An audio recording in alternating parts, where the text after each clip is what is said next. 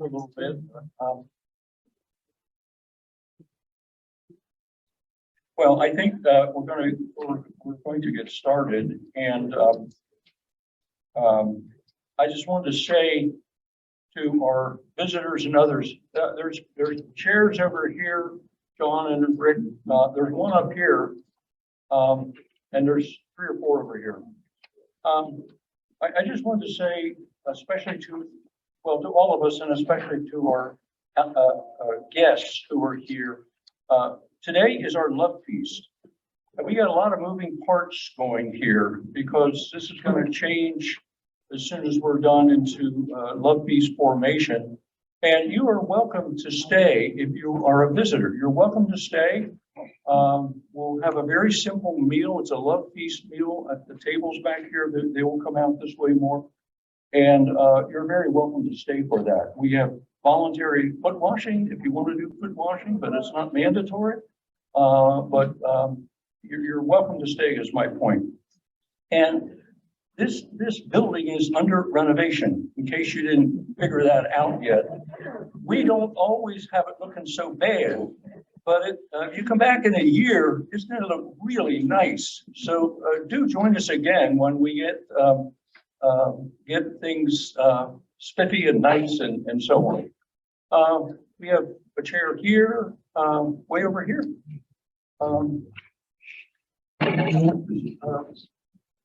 Can you raise your hand there? Yeah, we got two chairs over here. Just come over here. Pastor Ralph is going to run the microphone. A microphone runner. He got so good at it last week, we rehired him after a lot of consideration, but he's back. This morning, the handout says session 2. Does anyone need a handout that you didn't get in the way in? Okay, we got one here, Paul, one here. We got a couple. Just grab it.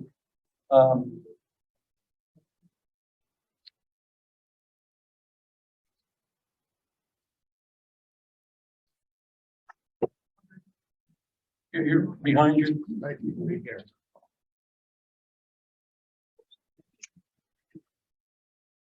The A section, the one I get, A and B. Yeah, that A section, well, yeah, they got some C. Well, anyway, we won't go there. If you need a chair, we have a chair up here, actually. Just saved. This is, oh, you got one back there. Okay.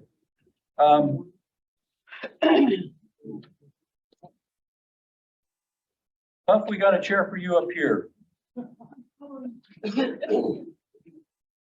And we have 2 or 3 back here yet. So I think I'd like to, one of the things we do in our congregation, the insiders know all about this, but if you're visiting us, you probably wonder, are we trying to get your name so that we can track you down? It's not about that at all. It's just about seeing who is here and how many people are here, and then use it internally to find out, if this person comes once a year or 3 times every Sunday or whatever. So I'm going to start this and pass it around with my A student here, and then you can just sign it as it circulates. There are various statements back there that you might find of interest. Jean Clemens, where are you, Jean? Some way back, okay. Has 3 together, very, very interesting. So if you didn't get one on the way in, grab one on the way out. On our website, the church website, you will find this from Messiah University. It's a 1-day conference on this topic, confronting Christian nationalism in our churches. It's November 4. So if you're interested, it's on the website. I want to begin with some really good news. I've been sleeping well. Tom said he was worried about my Z's, and the last couple of days I've been sleeping well. We have met our goal. We've met our goal And it means we will be able to have a whole page ad in color in the Lancaster Sunday paper, October 23. And if you get the Sunday paper and take a peek at it when you get home, in session A, you'll find the last page, a big ad from the Fulton Opera House. Okay, that's where our ad will be on Sunday, October 23. So I'm so grateful to all of you. I also wanted to say that, well, this came from about 30 different donors who have contributed to it in amounts of $50 to $2,000. So it was a wide range of people that have supported it and contributed to it. And I am just very grateful. I also want to say, with any surplus that comes in, we'll be using that for promoting social media and also for digital advertising in the Sunday paper itself. So that's what would happen to any overflow. I want to thank you for your essays and emails and links to national periodicals. And I'm sorry that I couldn't take time to respond to everyone. I was just like, frankly, overwhelmed, trying to get ready for this morning and keep track of the contributions. And so if I didn't, respond, I'm sorry, but I just couldn't.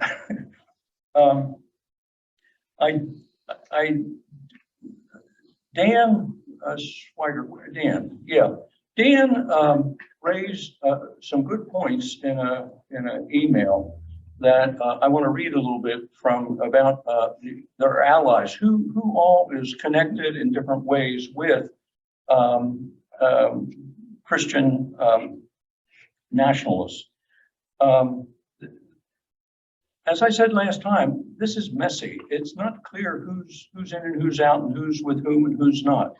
And so some people who may have inclinations toward Christian nationalism are connected to the Oath Keepers, the Proud Boys, the QAnon cult, for example. And so it's hard to know exactly who the allies are. Dan said, and I'm quoting you now, Dan, it's important to note that the QAnon cult, which has linkage to the Christian nationalist movement, appears to be growing by the day. The mainstream media is finally taking QAnon seriously.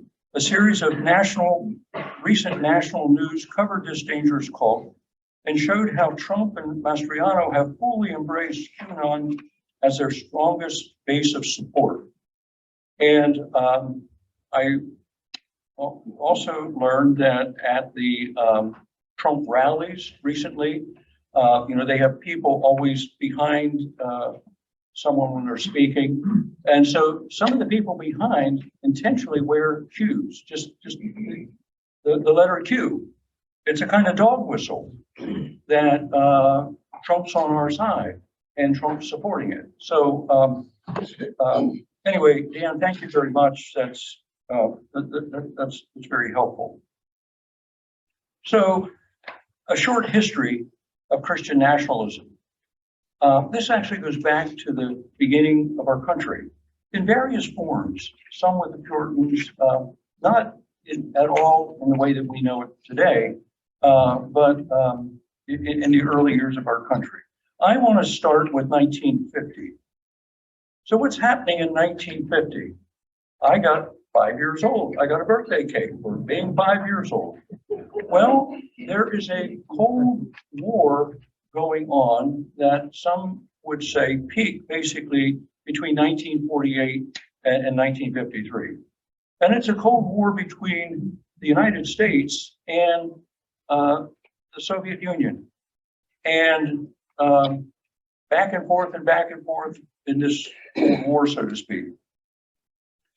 But the United States does two things at that point to declare that our country is under God, and it's in God that we trust. And so those two phrases, for the first time, one comes into the Pledge of Allegiance to the flag.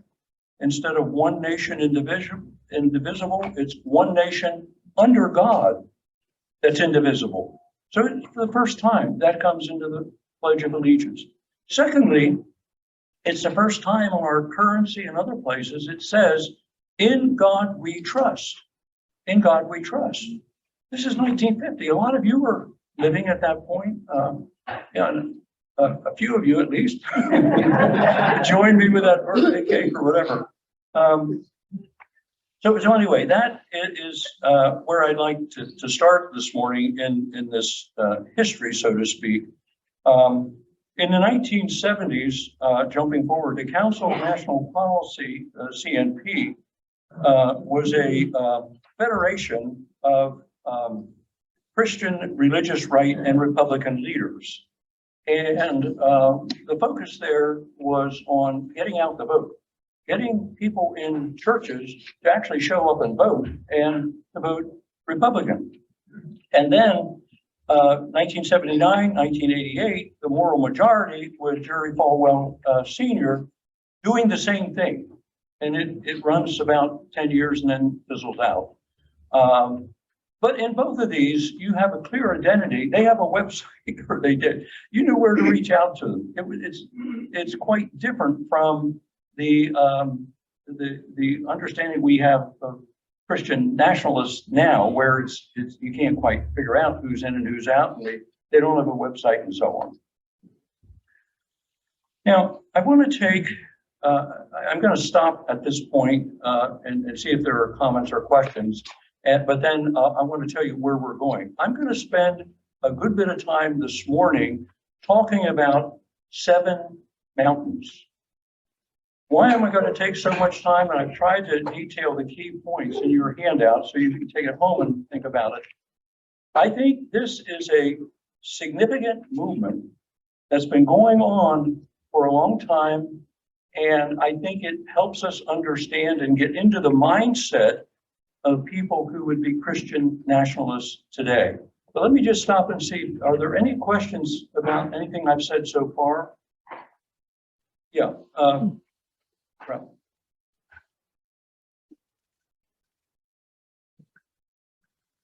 I think what you're saying is Christian nationalists really don't identify themselves, but other people identify people as Christian.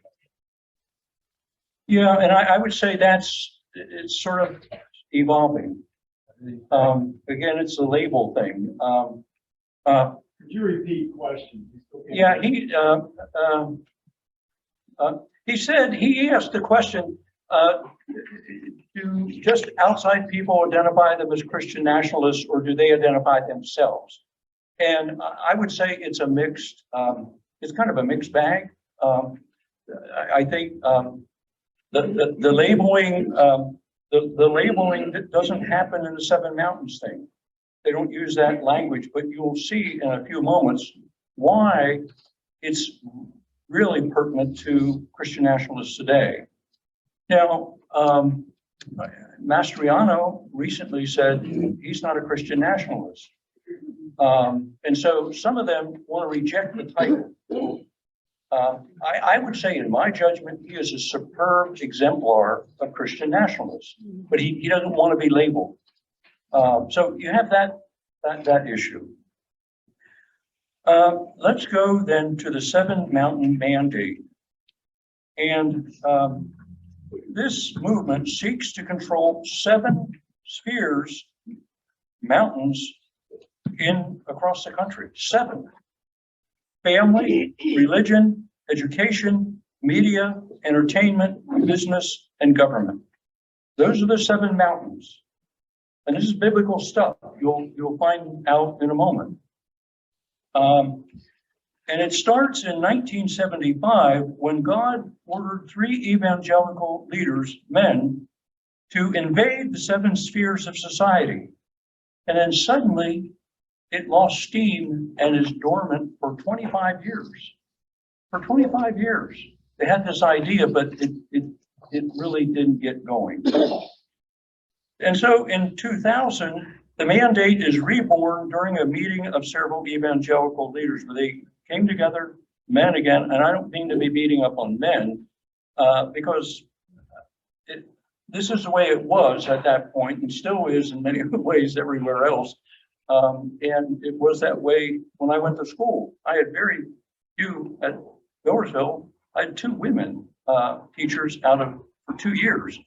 At Eastern Mennonite, I can't remember 1 woman teacher that I had. So I don't mean to be picking on evangelical leaders. It just, that was patriarchal nature of the culture.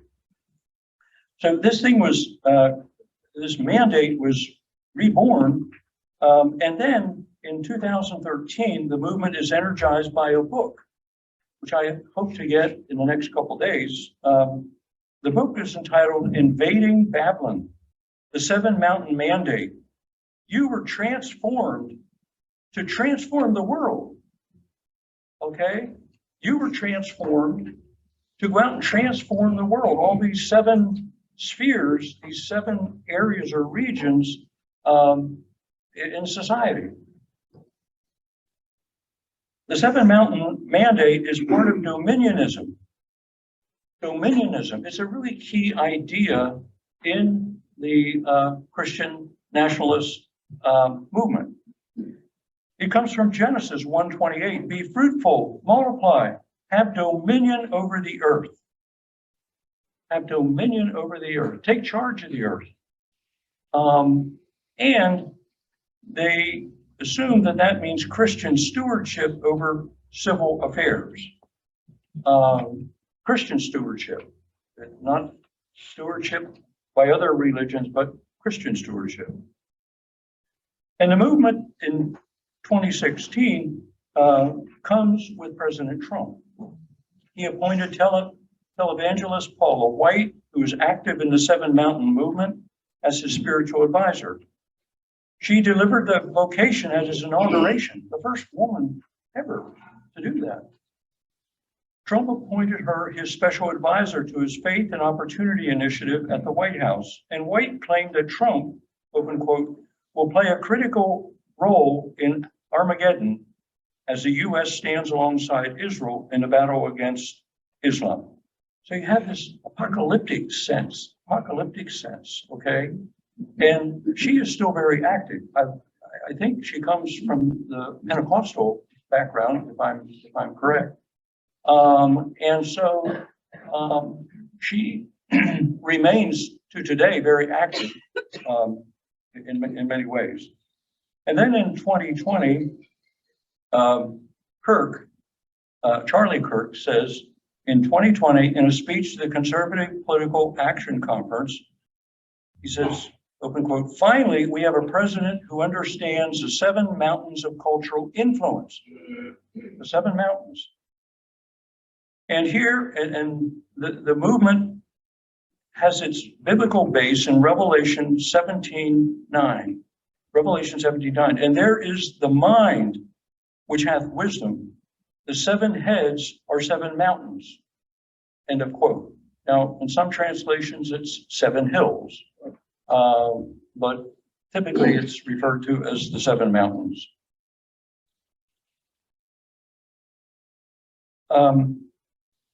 And the mission to take over society is justified by Isaiah 2:2. Open quote, now it shall come to pass in the latter days that the mountain of the Lord's house shall be established on top of the mountains. I'll stop here and see if you have questions or comments. We done? Go ahead. Yeah, if I remember from my seminary studies, the 7 mountains are the 7 hills around Rome.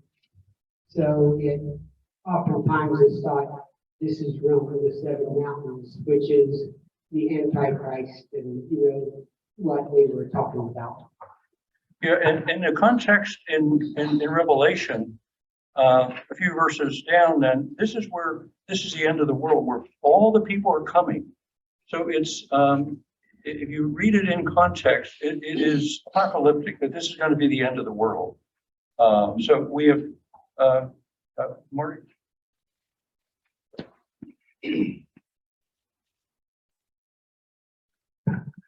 Who is the president that he's referring to?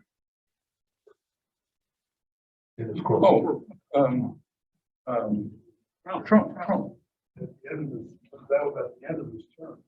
It doesn't matter. He's talking to this conservative conference and saying, we're really fortunate. Because here we have a president in Trump. We had one who understood this. He got it. He didn't care about it. I mean, all he cared about was votes. Okay, we talked about that last week. I mean, he's a pure secularist narcissist. All he cared about was gathering up as many votes as possible, and he's very happy if they give him credit for it. Dave. Two things. The first is the book you mentioned in 2013 on the 7 meetings. Is that one author or a group of authors? It's two authors. It's two authors. I ordered mine on Amazon. And interestingly, when you go in and order that book, then suddenly there's 4 or 5 other ones pop up related. Related. And, you know, I can only afford one Amazon book a week. Somebody else. Oh, well, I have one more thing. What? Extra copies of today's note. Oh, okay. Okay, we've got extra copies. Did we run out? Anybody need an extra copy of today's notes? Great. Thank you very much, Jason. John, just one more quick thing. When we quote Genesis 1:28, the fruitful, multiply, and have dominion.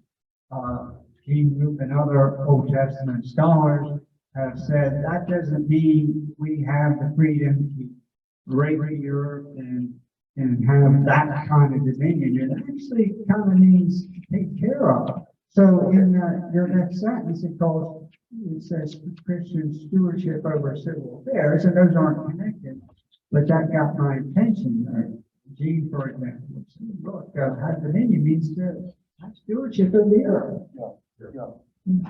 Let me just make sort of a joking comment, but when I talk to my Amish friends, they point out multiply, many children, and you get that somewhat in some other movements too. That multiply means have a lot of children. So somebody else, I got lost here. Yes, right, Ralph, he's right here. You know, when you talk about a definition, not a big on definition, right? Talking about Christian and dominant. And that is problematic. Because who are the real Christians? Right. And this is where I come in with a lot of this. Yeah, well, and that's very important. I mean, because it runs, that sense of dominance runs in this movement. I mean, and it's then the question is, we talked somewhat about this. What does it mean to be which Christian? That we've included that in our statement that will be published. But one person wanted to take it out. I said no. Dominance stays, and it's in contrast to service and servanthood. It's a dramatic difference. So, yeah. Yes.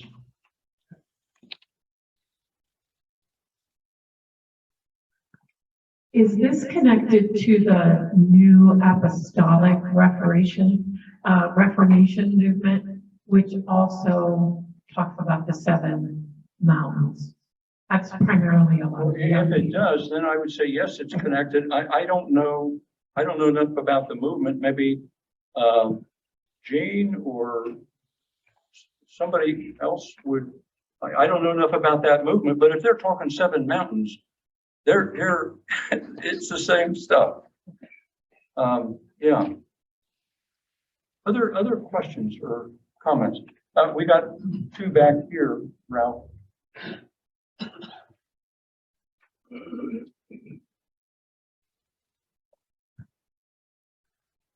When I was in college, I was at a conservative evangelical college back in the 60s, and the Supreme Court had taken Ten Commandments, have schools, taken and most of the people around me said, "Oh, that's terrible." But actually, the most eminent conservative theologian in the church was on that faculty. And he said, no, they're right. He said, if we can force the other people to listen to our religion, then if they get charged, they can turn around and do the same thing then. But he didn't have much confidence. Thank you, Mark. I think Lee, anybody else back there? Okay, we have a comment question down here.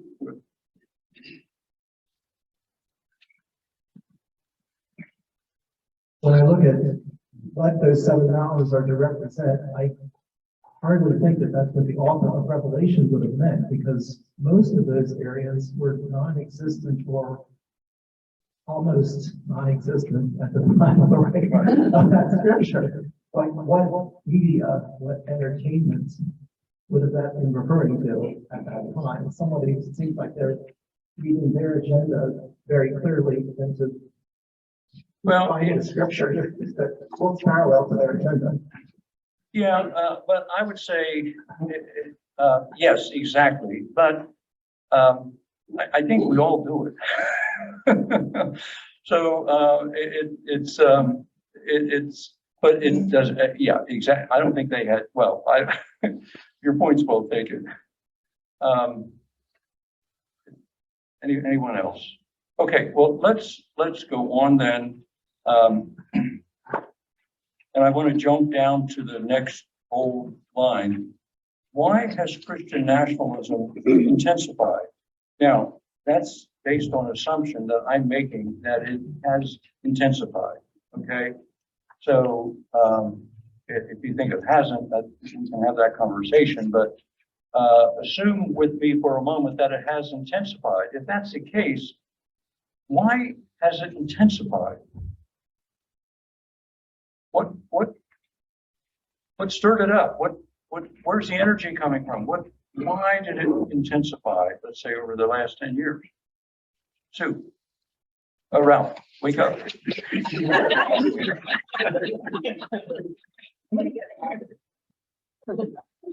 Damon has mentioned to me that before Barack Obama became president, what was the year that that study came out saying that white people will be in the minority by whatever year it is, I don't know, like 2040? So that scared some people, and then all of a sudden we have a black president. So I think you have to put fear in here as one of the reasons why. I mean, racial backlash kind of includes that, but I think it's fear.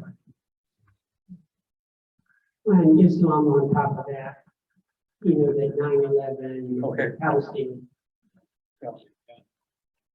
We just passed it down the road here. We kind of got a monopoly, don't we? Come on, guys, over here. We need to get the energy going.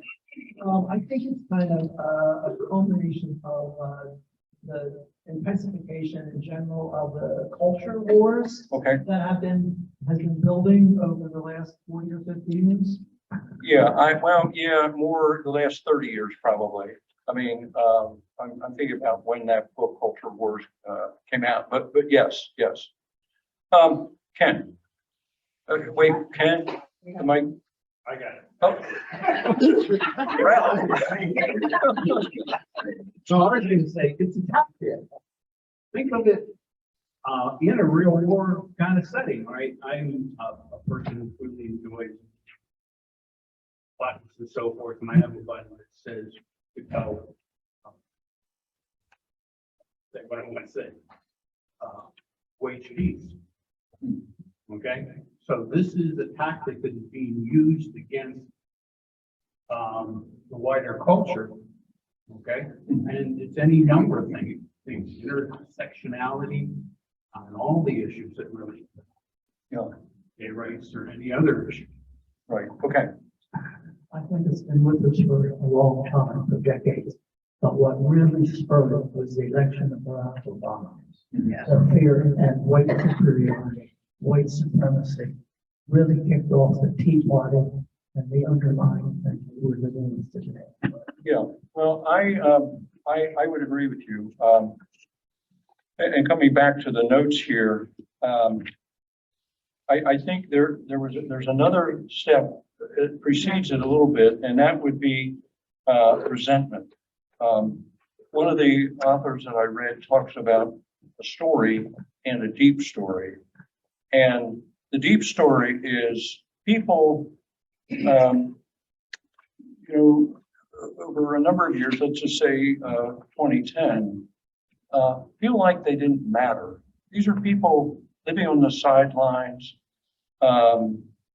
Nobody's paying attention to us. Nobody cares what we think.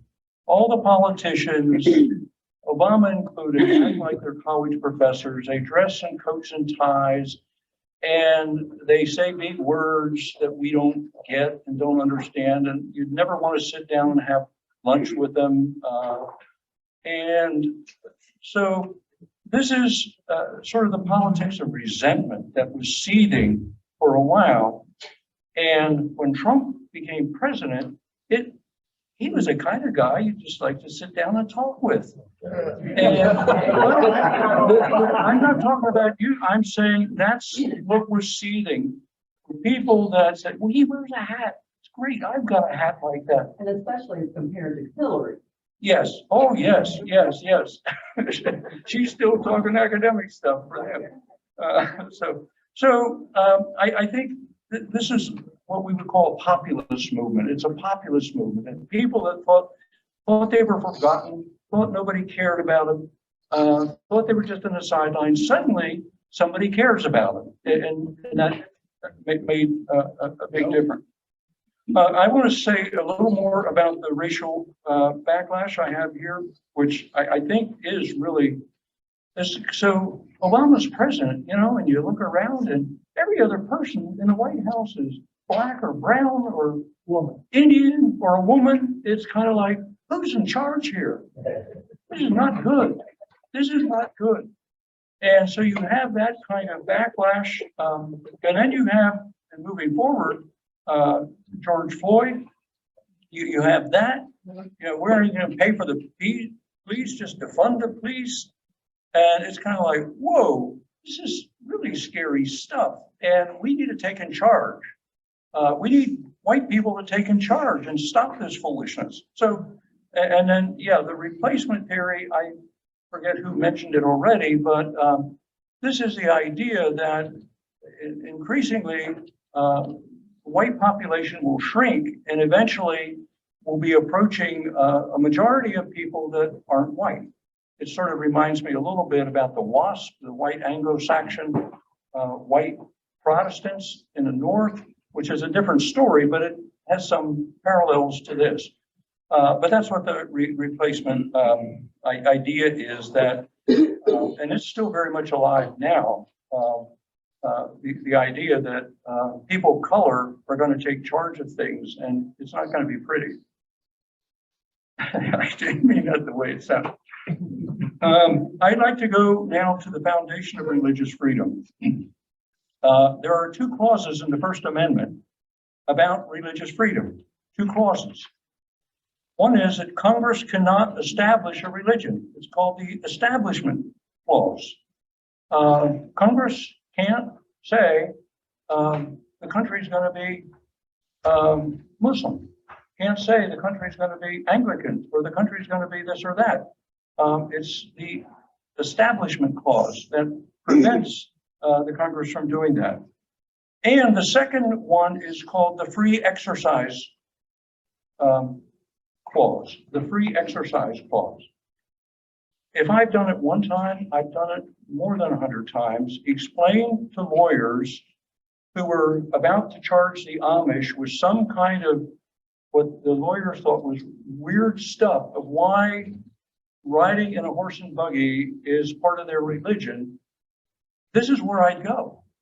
And then the lawyers go running away fast because no, we don't want these national organizations coming out and charging us and suing us because we're saying stuff that violates the Amish right to practice their religion, except in the beard cutting when it crossed over a boundary that says you can't be harming other people, but as long as you aren't harming or hurting other people, then it's a pretty strong thing. That brings us to separation of church and state. I have a question for you. Is the separation of church and state, is that in the First Amendment or is it in the Constitution? Is it in the amendment, the First Amendment, or is it in the Constitution? It's not in any of those places. It's not there, friends. I didn't know this until about a week ago. My goodness. My poor separation of church and state. How did it get where, how did we learn to know about it? Thomas Jefferson. He writes about it a couple years later, and he says to a friend, and then it gets picked up and passed on to other friends, that this idea of the establishment and the prohibition, these two ideas, he said, build a solid wall against the state having a religion or limiting someone's practice of religion. But it's a phrase that isn't in either the First Amendment or the Constitution. Now, it gained legs, it got a lot of energy over the years. I mean, I thought it was a sacred principle, but I still think it is. But but anyway, it's I want to go now to 7 beliefs of Christian nationalism, and these have no relationship, but pay attention. These have no relationship to the mountains. It just turned out that there's 7 of them, according to my calculation, and they don't relate to the 7 mountains. So don't jump there. So these are examples of beliefs that would be typically held by Christian nationalists, and some of them would accept certain ones and not others. So it's not like this is a perfect test that everybody believes all these are and so on. So America was born a Christian nation. That idea, one way or the other, and people doing polling and trying to measure it. The problem is they have 5 or 6 different kinds of questions they ask about, well, were the founders religious? Were the founders born again? Was the Constitution inspired by God? All of those kind of things are used by trying to define that. America is God's chosen nation. We talked about that last week. Christianity is woven into the fabric of America. Governments should make laws to keep America Christian. Christianity should be privileged above other religions. Christian symbols should be in public places. And Congress should declare the U.S. a Christian nation. I'm going to come back to that one because I think it is the hardest, it's the most stubborn, hardest idea that would relate to Christian nationalism, that Congress should declare the U.S. a Christian nation. Now, I want to talk a little bit about the first one. America was born a Christian nation. John Fia, professor of history at Messiah College, Messiah University, wrote a whole book on this. It's a really good book. It's different from his next one, believe me. He was having fun with that. That was sort of a lead up beyond. But his first book was looking at the question: was America a Christian nation, founded as a Christian nation? A whole book of stuff. It's very good. And he says the founding fathers had divergent views about Christianity in the nation. States had different views and laws.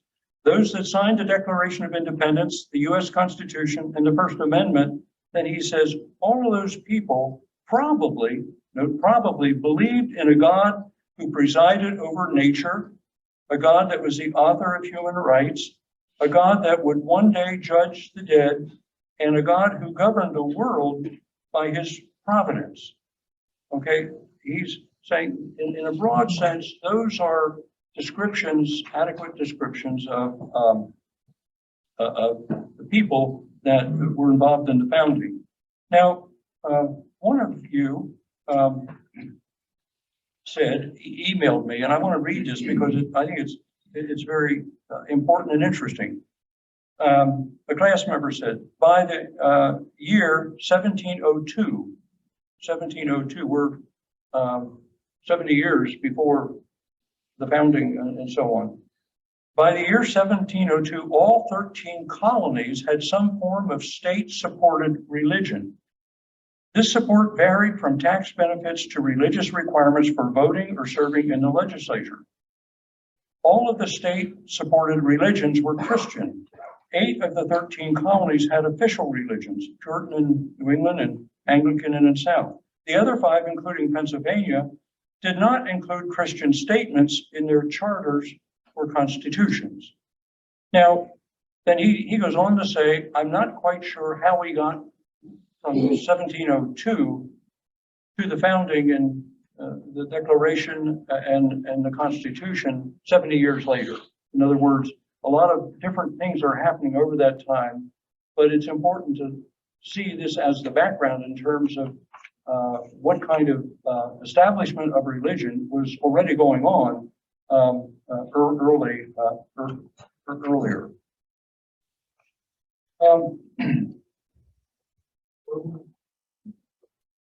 Yes.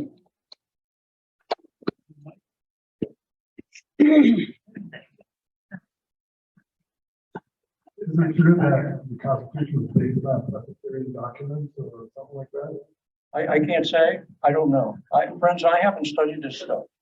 And it's interesting. John Fia says nobody cared about this or wrote about this until the bicentennial.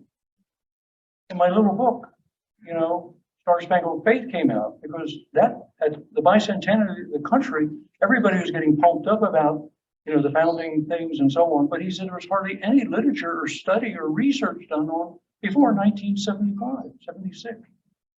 Anyway, so I want to talk a bit about measuring Christian nationalism. How do we measure it?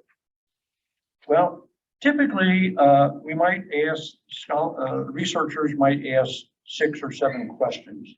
They might create an index, which means that, let's say a question might say, do you disagree? Are you uncertain? Or you agree? 1, 2, 3. And if you disagree, then you'd get a 1. And so if you have 6 questions, then you'd get a 6 on a scale, on an index. And if you said agree to all of the to each question, then what would you get? You get an 18. It's kind of like and so these indexes are a way to measure it in this index fashion, which means you end up with a single number for a person, but you don't know what the mixture is that they got there. And frankly, I don't find it very helpful. Part of the issue is you have different methodologies. You have different scholars, some sending out mail surveys, some making phone. It's just a mix of different kinds of ways to gather different, what we call different methodologies, different questions. And so you don't really know what you have. And Chris Booger, I don't know if Chris is here this morning or not, but she pointed me to a survey that then I read it and didn't quite get it. And then I found it myself and printed out the whole thing. And I think it's excellent. It's done by and this deals with just, they don't make indexes. They don't do indexes. Well, they do somewhat, but not much. And they have the raw material so you can look at it. So this is 12,000 adults contacted by the Pew Research Center in March 2021. And they do a random selection nationally and have people on a panel that works with them on other issues. And then they update that panel. And so they are carefully selected, and the survey then is weighted for national. So let's say if there's 60% men in the survey response, but there's only 55% in the country, then they would adjust that.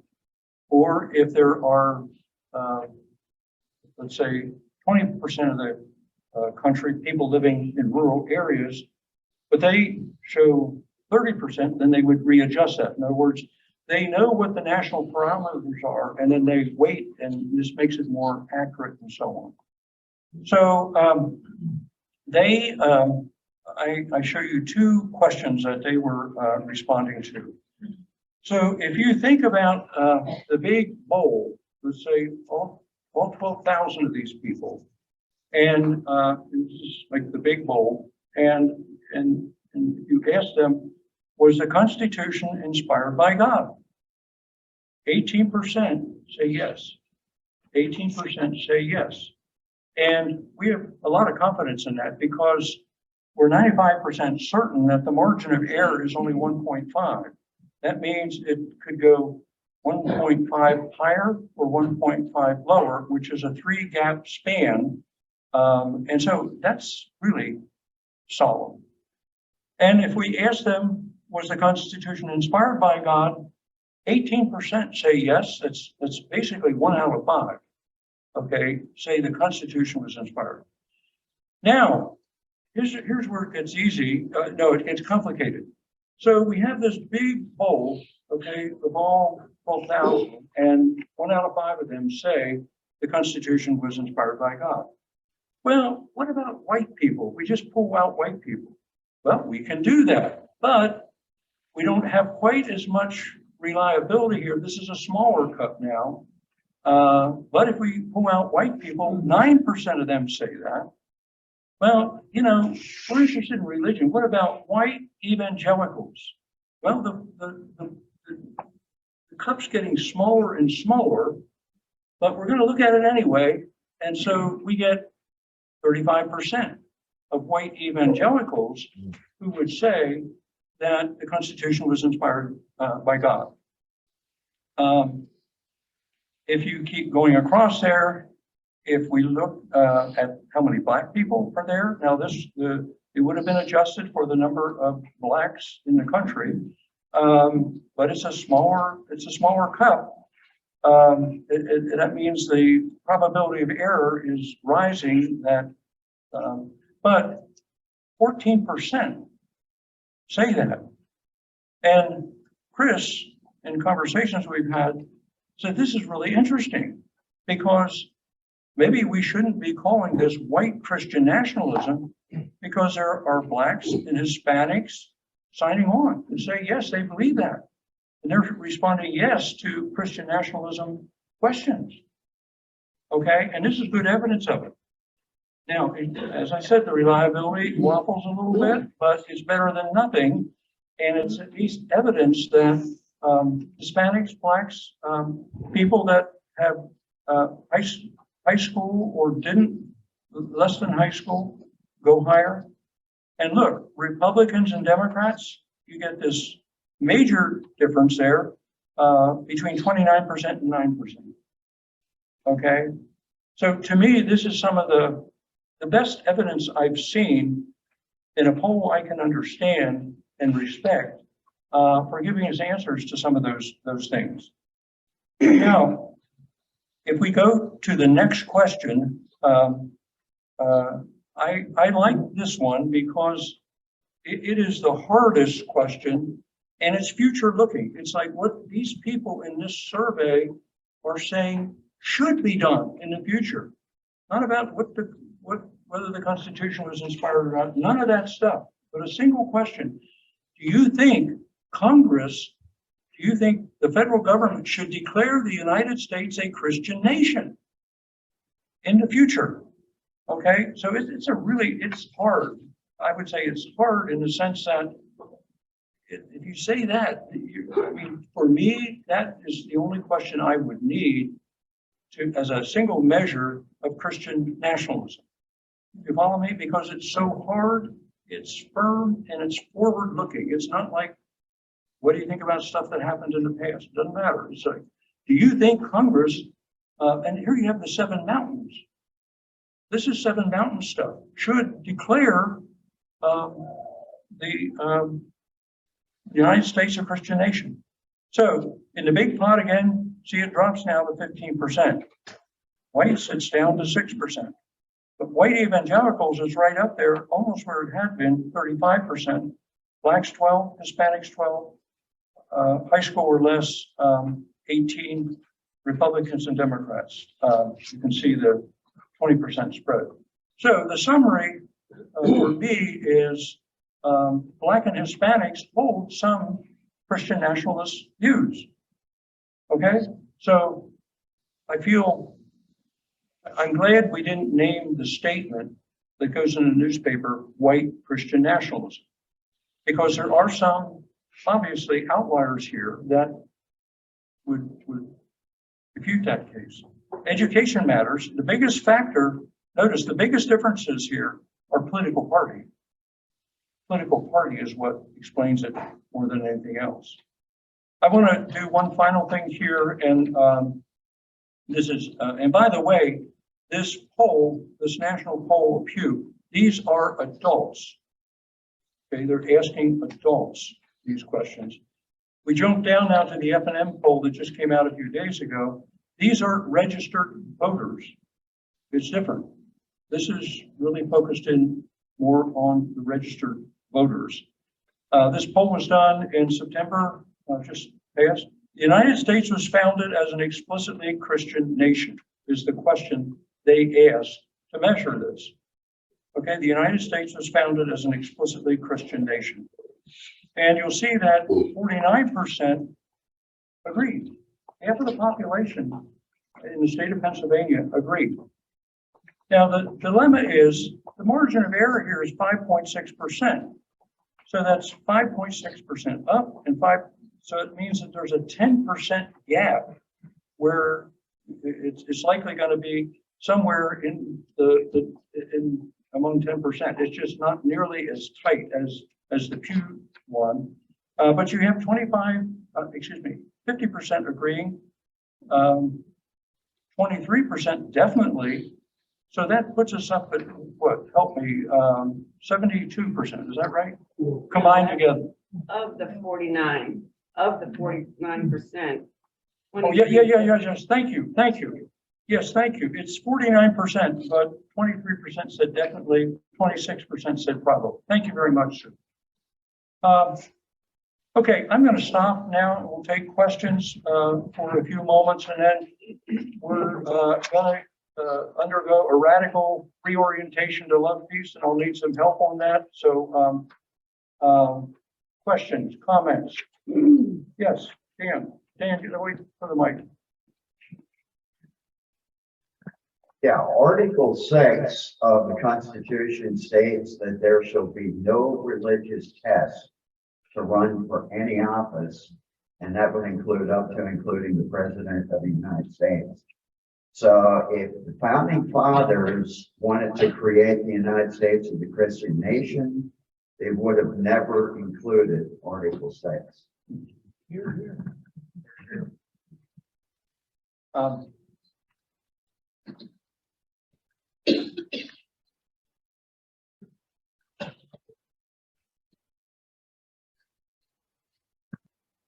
First of all, I got dressed before and not to make a political statement. It's just my cultural habit. The one thing before poll, most historians agreed at the time of the revolution, 1/3 of the nation wanted to leave, 1/3 of the nation wanted to stay with Britain, and the other third didn't care. And we will head to the convention. And I agree with the last comment, is this was debated when they were debating the main body of the Constitution. And they voted down to declare themselves as a political nation, but a Christian nation.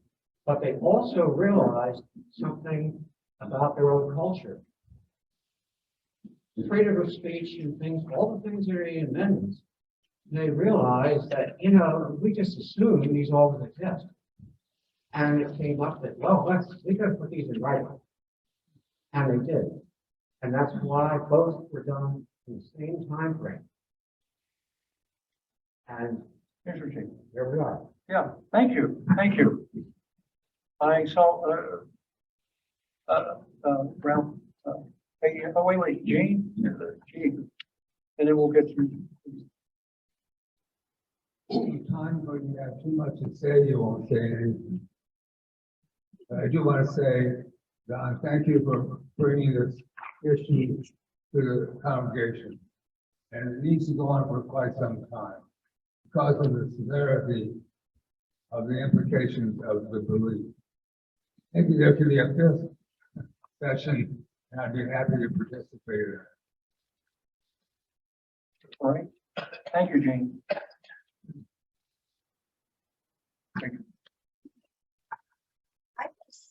Okay, for me, some of it goes back to what you're taught in school. I was raised on Long Island, so prayer was never at school. I mean, we never had any of that. And the teachers I had stressed the importance of cause and effect. And I always felt one of the reasons we had separation of church and state was the founding fathers looked at England with the Anglican faith. They looked at other countries in Europe and saw how that was enacted, and they did not want that. I mean, that's what I took away from my education on Long Island. Right, Ralph. I think the reactionaries really don't need Christian nationalism. They talk, I think, primarily about Protestant nationalism. The 13 colonies were Protestant, except for Maryland, and it didn't take long until the Presbyterians took over the government of Maryland. They don't want people of the Eastern Orthodox faith or Coptic Christian faith. They don't want the Black leaders involved in this. And they really don't want all the Protestant denominations. They want their denomination. So you would see even the definition of a Protestant Christian nationalism shrink eventually down to their denominations. Yeah, interesting. Thank you. Friends, we're going to close down now. We're at 10:15.